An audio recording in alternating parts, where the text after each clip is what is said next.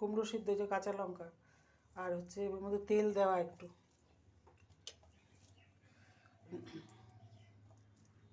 আর এই যে তোমার ফেভারিট শিম পোস্ত দিয়ে দিলাম। আজ আর ডাল নেই, বুঝলে, সব গরম ভাত দিয়ে খাওয়া।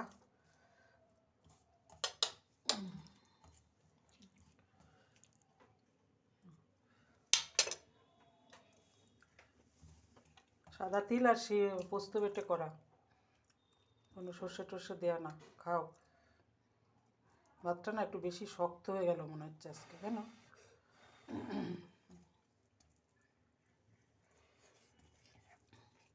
এই তো তোমার বাবার খাওয়া মনে পড়ে যাচ্ছে আমার, ফু দিয়ে দিয়ে খেত।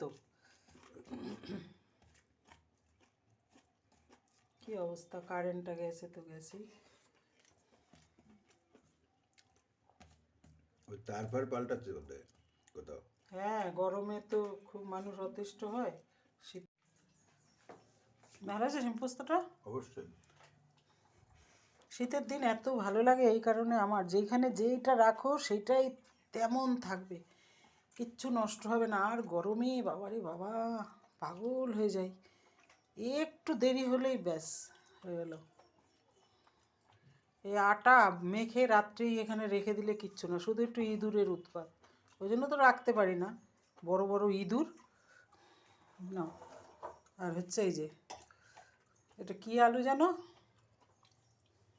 মেটে আলু।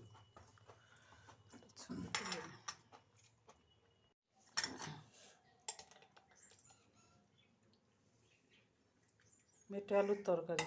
এটা আর ভাবতে নাই বুঝলো, আর একদম ডাইরেক্টই করলাম। দেখো তো গললো কি না। এই যে তোমার বড়ি, ও বড়ি না তো ছাই, দেখো।